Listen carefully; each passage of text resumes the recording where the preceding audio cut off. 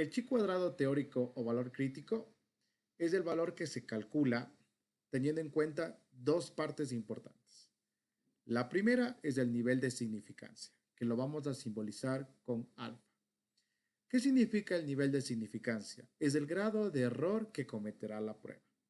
Para nosotros, alfa va a tener un nivel de error del 5%, o lo que es lo mismo 0,05. Eso quiere decir que nuestra prueba, la prueba chi cuadrado para variables cualitativas, tiene un nivel de confiabilidad del 95%. Hay investigaciones que trabajan, por ejemplo, con 1% de error y 99% de nivel de confiabilidad. Hay otras investigaciones mucho más amplias que trabajan con el 10% de error, que quiere decir el 90% del grado de confiabilidad.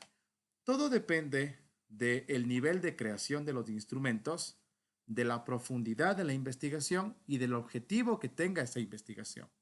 Cuando una investigación tiene más hipótesis, va a ser más contraste de hipótesis, más de dos, más de tres. El nivel de error sube porque hay que construir instrumentos de recolección de datos para cada una de las hipótesis y ahí cometemos varios errores.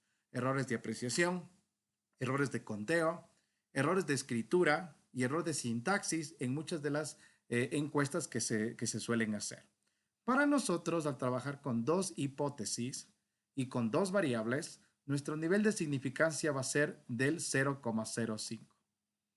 Los grados de libertad, que los vamos a simbolizar con las letras GL, vienen dados desde la estructura de la tabla de valores observados.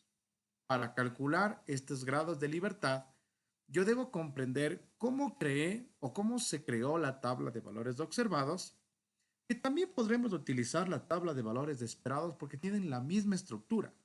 Lo que cambia son los datos que en ellas contienen. Sin embargo, vamos a utilizar la tabla de valores observados porque fue la primera tabla que nosotros la creamos después de la tabulación general. Los grados de libertad se calculan con esta fórmula. GL es igual a C-1 por F-1, siendo C nuestras columnas y F nuestras filas.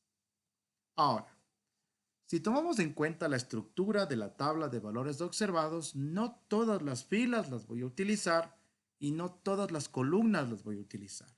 Por ejemplo, las columnas me dicen o me hacen referencia a la escala de medición.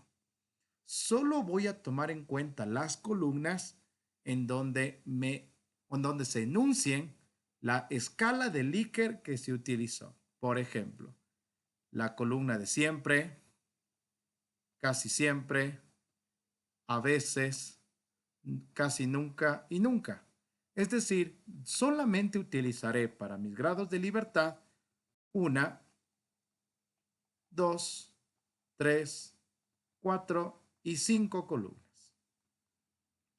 Las filas me dicen o me hacen referencia a las variables que tiene mi problema o mi situación de estudio.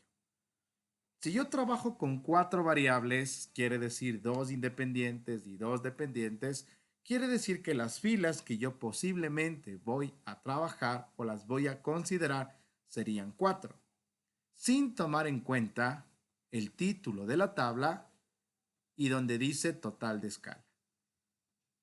Mi ejemplo en particular trabaja con dos variables simplemente, una dependiente y una independiente. Quiere decir que yo utilizaré solamente dos filas. Entendido cómo se obtiene la parte de las columnas y las filas, voy a determinar cuánto valen mis grados de libertad. En este caso sería 5 menos 1 por 2 menos 1, lo que me da 4 por 1. Los grados de libertad para mi estudio serían de